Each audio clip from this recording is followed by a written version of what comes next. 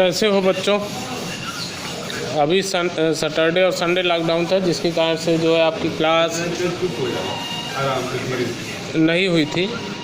और अब जो है ये जनरल एंट्री का नेक्स्ट पार्ट इसमें मैं आपको दे रहा हूँ।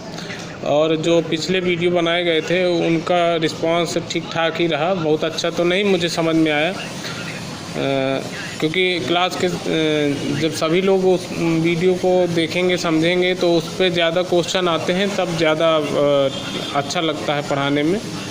ये समझ में आता है कि सामने वाले इंटरेस्टेड हैं पढ़ने में। तो आप लोग जो है अब नेक्स्ट पार्ट में आज मैं आपको बताऊंगा, तो आप समझिएगा। इसमें आप देख सकते हैं ऊपर लिखा हुआ है जनरल एंट्री।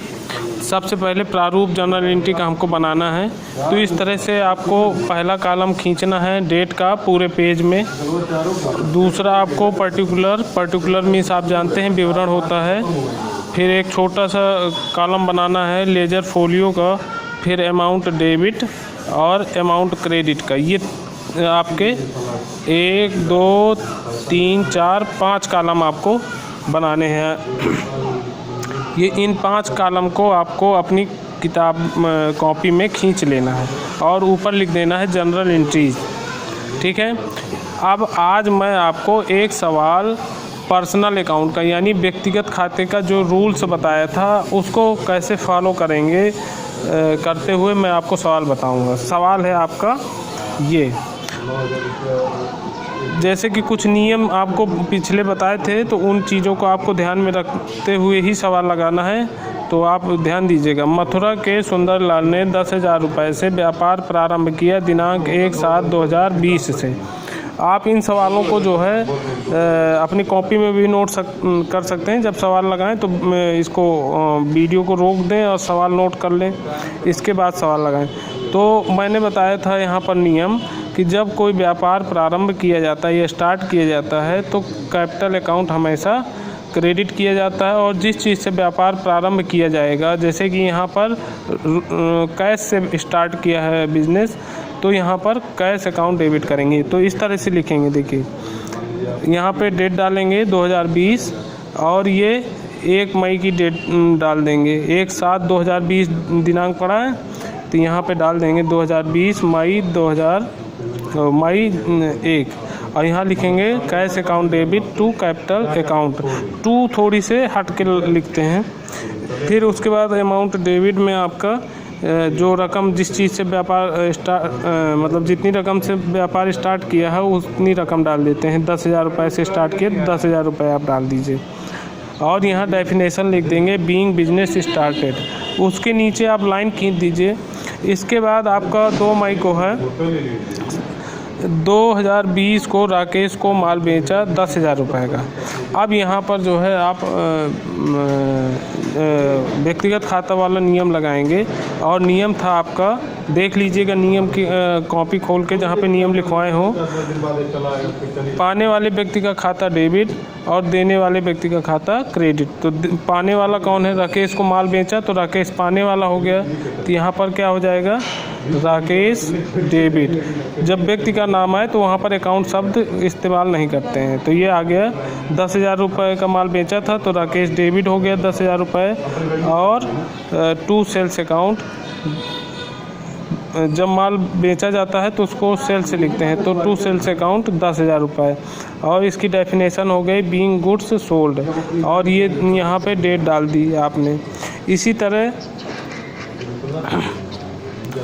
3 मई को मोहन से माल खरीदा 12,000 रुपये का, तो यहाँ पे माल खरीदने को हम लिखते हैं परचेज। यहाँ पे डेट डाल दी और यहाँ लिखा purchase account debit to Mohan account, और ये 12,000 रुपये डेबिट में और 12,000 रुपये क्रेडिट में लिख दिए। और यहाँ डेफिनेशन लिख दी बीइंग गुड्स परचेज। इसके बाद है आपका 4 मई को राकेश को नगद माल बेचा रुपये 10,000 रुपये। अब देखो इसके पहले भी माल बेचा था राकेश को और इस बार भी बेचा है। अंतर दोनों में ये है सिर्फ कि वो जो है उधार बेचा गया था, क्योंकि उसमें ये नहीं लिखा था कि नगद बेचा, और इसमें साफ शब्दों में लिखा है कि नगद बेचा। तो ऐसी कंडीशन में मई 4 यहाँ डालेंगे और व्यक्ति का नाम नहीं आता है इसमें, व्यक्ति के नाम की जगह कैश आएगा। तो cash account debit to sales account 10,000 रुपये डेबिट में, 10,000 रुपये क्रेडिट में। और यहाँ डेफिनेशन बीइंग गुड्स सोल्ड। इसी तरह 5 मई को मोहन को नगद माल खरीदा, मोहन से नगद माल खरीदा 10,000 रुपये। तो इसका लेखा करेंगे purchase account debit to cash account, और यहाँ डेफिनेशन बीइंग गुड्स परचेज, और 10,000 रुपये डेबिट में और 10,000 रुपये क्रेडिट में कर देंगे। अगला लेखा है आपका 6 मई का, महेश से रोकड़ प्राप्त की 300 रुपये। तो ये सारे व्यक्तिगत खाते के नियम पर ही फॉलो होना है, केवल एक ही नियम लगना है, पाने वाले व्यक्ति का खाता डेबिट और देने वाले व्यक्ति का खाता क्रेडिट।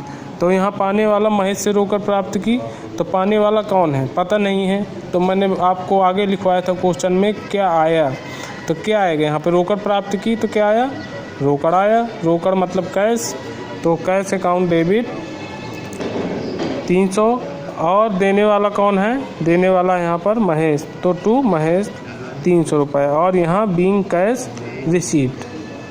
तो ये एक सवाल मैंने आपको आज बता दिया, आप इसको पढ़िए, और जो आपकी किताब में सवाल दिए गए हों प्रैक्टिकल वाले जनरल एंट्री के, तो वो कम से कम 1 या 2 लगाने की जो है एग्जाम्पल लगाने की कोशिश करें।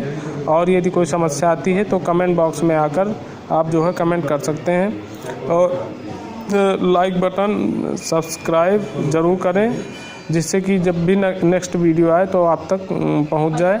और यदि कोई चीज़ समझ में ना आए तो कमेंट अवश्य करें। Thank you.